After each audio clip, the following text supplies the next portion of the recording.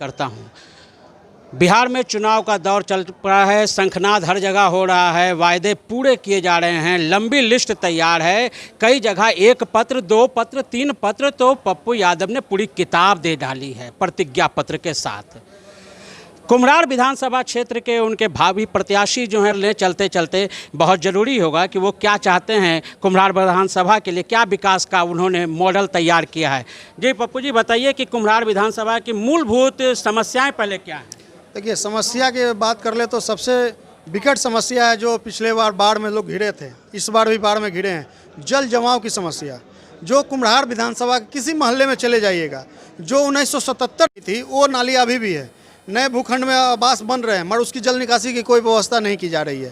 तो जल निकासी का जो समस्या है वो बहुत बड़ा समस्या है और उसके सामने जितनी भी समस्या का चर्चा कर ले वो नगण्य है, क्योंकि ये जल जमाव की समस्या के नाम पर ही सुशील कुमार मोदी जी बिहार के उप मुख्यमंत्री तो बन जाते हैं और सत्ता में तो काबिज हो जाते हैं, मगर समस्या जस के तस है। तो कुम्हरार की जनता उनसे पूछना चाहती है कि आपने 30 वर्षों में किया क्या। 15 साल आप विपक्ष के नेता के नाते थे और 15 साल से बिहार के उप मुख्यमंत्री है। तो जल जमाव की समस्या ये बहुत बड़ी समस्या है।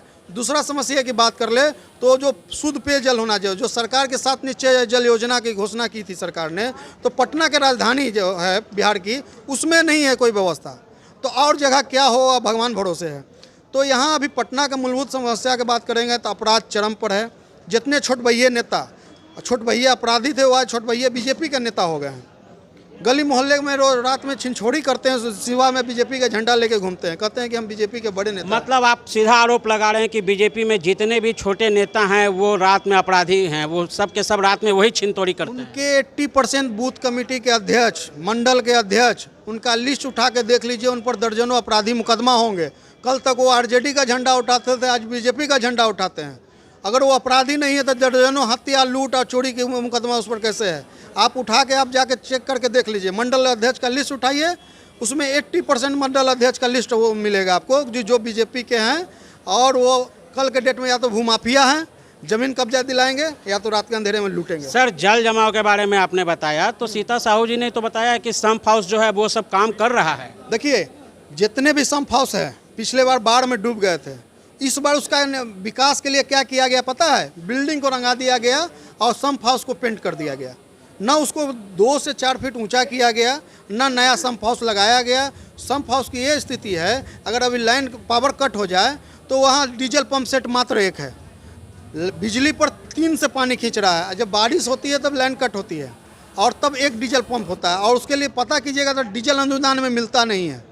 अगर अभी के डेट में बारिश हो रही है, लाइन कट जाए और 3-4 घंटा बारिश होते रहे तो पानी पटना फिर पूर्णतः डूब जाएगा, क्योंकि अच्छा, पटना जब भी डूब जाता है तो अब तो लोगों के मन में मानसिकता बैठ गई है कि पटना डूबा है तो पप्पू यादव आएंगे ही आएंगे। देखिए, पप्पू यादव आएंगे या जन अधिकार पार्टी के कोई आएंगे, वो सिर्फ बाढ़ में नहीं, बाढ़ हो, कोरोना हो, चंपी बुखार हो, चाहे कहीं हत्या हो, कहीं बलात्कार हो, कहीं लूट हो, किसी भी घटना हो, कोई शहीद का बॉर्डर पर कोई सेना शहीद हो जाए तब भी जन अधिकार ही पार्टी जाता है।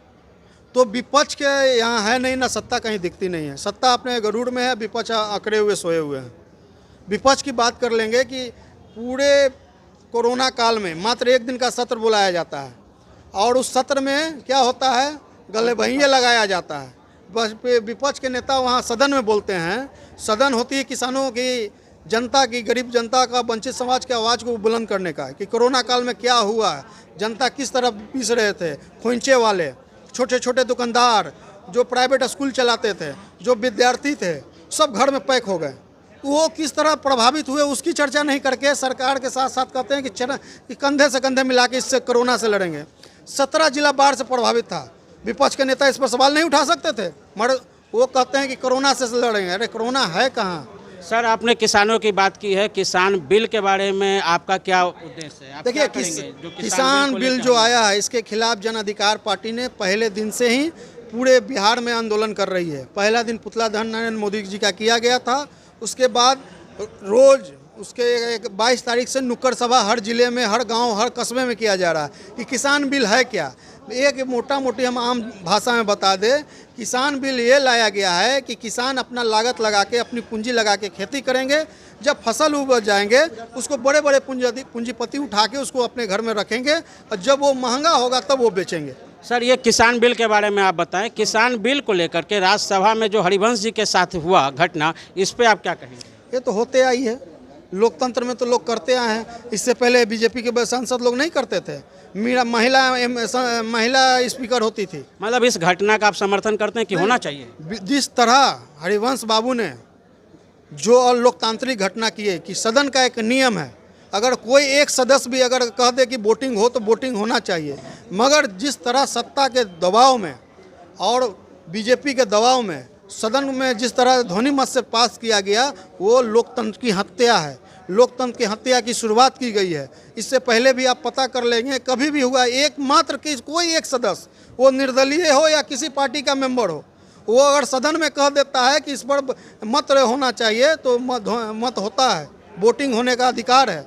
जब 80% बीजेपी के जो सांसद थे वो और उनके गठबंधन के दल थे, वो भी कह रहे थे कि इस पर वोटिंग हो, मगर सरकार के दबाव में, बीजेपी के दबाव में हरिवंश बाबू ने अलोकतांत्रिक घटना की है। सर आपके क्षेत्र में ट्रांसपोर्ट नगर भी आता है जो प्रायः अभी मिट्टी और पानी से भरा रहता है, उसके उद्धार के लिए आप क्या करेंगे? हम आएंगे तो उसकी लगभग 2 साल के अंदर सड़कें बनाई जाएगी। हम आएंगे तो हमारा अभी समस्या की बात करेंगे तो ट्रांसपोर्ट नगर, विजयनगर, कांटी फैक्ट्री रोड, भूतनाथ, आप संदलपुर चले आइए, शायद ही कोई ऐसा, चाहे हाउसिंग का पूरा एरिया, पूरा हाउसिंग कच्ची रोडों से तमलीड हो गया है। नमामि गंगे के नाम पर लोगों को लूटा जा रहा है।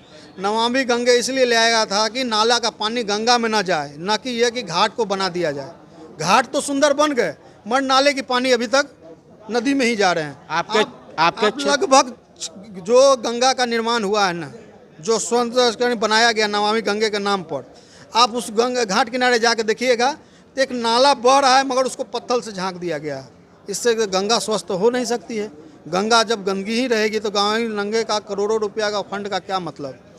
जो 70 के आसपास जो गंगा किनारे 2 सीवरेज बनाया गया था, एक अंटा घाट पर और दूसरा कृष्णा घाट पर, वो सही ढंग से नहीं चल पा रहे हैं। उससे पहले पानी फिल्टर होकर बहता था, अब बिना फिल्टर ही पानी बहते हैं। तो नमामि गंगे का जो फंड है अरबों खरबों रुपया, उसका किस तरह सरकार दुरुपयोग कर रही है देखने की बात है। वो सीधे छोटे छोटे ठेकेदार, बड़े बड़े पूंजीपतियों को फ़ायदा पहुंचाने के लिए फंड का दुरुपयोग कर रहे हैं। सर आपके क्षेत्र में कंकड़बाग एरिया आता है जहां पे कई कोचिंग हैं और महेंद्रू के बाद दूसरा हब सेंटर वो माना जाता है। इस कोरोना काल में सभी कोचिंग बंद होने की स्थिति में है, इसके लिए आपके पास कौन सी योजना होगी कि वो फिर से आए?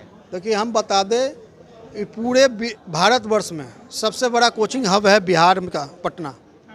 अब बैंकिंग का और रेलवे का तैयारी का परीक्षा जो कोचिंग है, सबसे अच्छा पूरे भारतवर्ष में वो पटना में है और सबसे सस्ता भी है।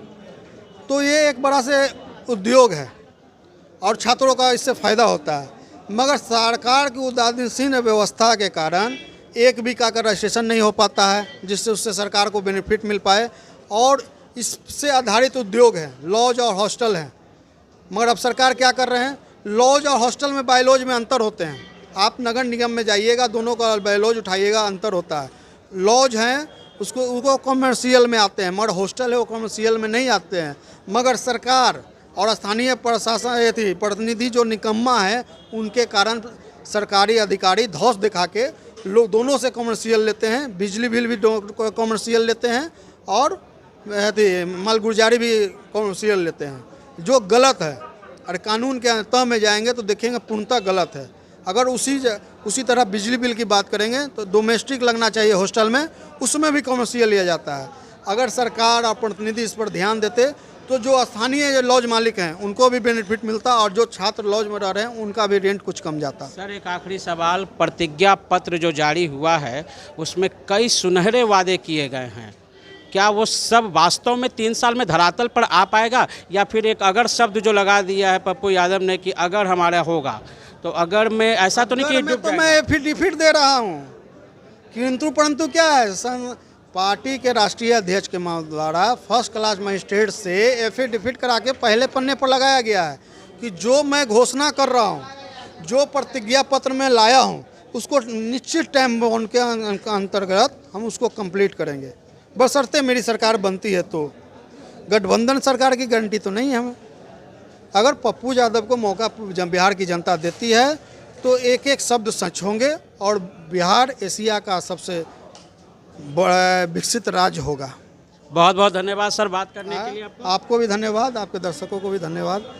तो आपने देखा कि बिहार के जो प्रतिज्ञा पत्र है, अगर ये बात वास्तव में हो जाती है तो ये पहली पार्टी ऐसी होगी जो इस तरह से आएगी और एक परिपाटी बन जाएगी। राजनीतिक पार्टियों के लिए भी दबाव बन जाएगा कि आने के पहले एफिडेविट जमा करो और दिखाओ कि हम ऐसे काम करेंगे। एक पाथ बना दिया पप्पू यादव ने कि अब तमाम राजनीतिक पार्टियों को उस पर से चलना होगा। अगर आपको हमारा वीडियो पसंद आए तो इसे लाइक करें, शेयर करें और सब्सक्राइब करें। आपके सवालों पर जवाब की जीत के साथ मैं Chandrakant Mishra, today24.in। Thank you.